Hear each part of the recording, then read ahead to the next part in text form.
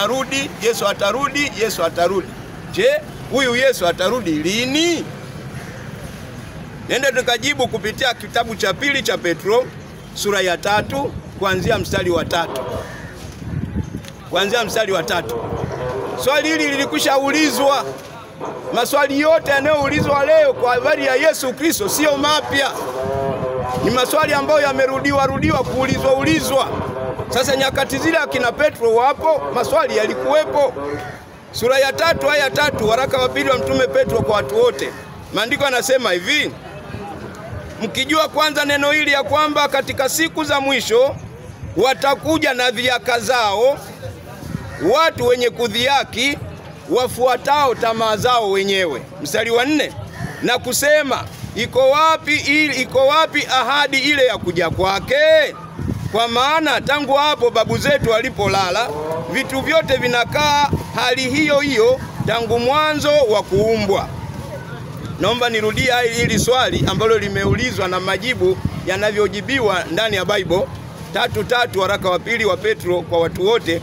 Mstari wa 3 anasema mkijua kwanza neno hili ya kwamba katika siku za mwisho watakuja na dhihaka zao watu wenye kudhihaki, wafuatao tamaa zao wenyewe. Na kusema iko wapi ahadi ile ya kuja kwake? Kwa maana tangu hapo babu zetu walipolala, vitu vyote vinakaa hali hiyo hiyo tangu mwanzo wa kuumbwa. Hawa watu watauliza, mbona tangu babu zetu wapo, tangu babu zetu walivyokufa, tangu vitu vyote hivi vimeumbwa, hali imekuwa ni ile ahadi ya kuja kwake iko wapi? Kuna watu wanafikia mahali wanasema kabisa Yesu kasema uongo anaposema atakuja. Na hata wengine wanasema hamna kiama ya wafu, bonda mali kufa kwaja. Ndio wanaongea hivyo, kwamba ukiwa na mahali kula, kisha kula kufa, hakuna cha kiama chako ni wewe kufa kwako tu. Wapo wenye mawazo ya namna hiyo. Lakini mstari wa 5 anasema hivi.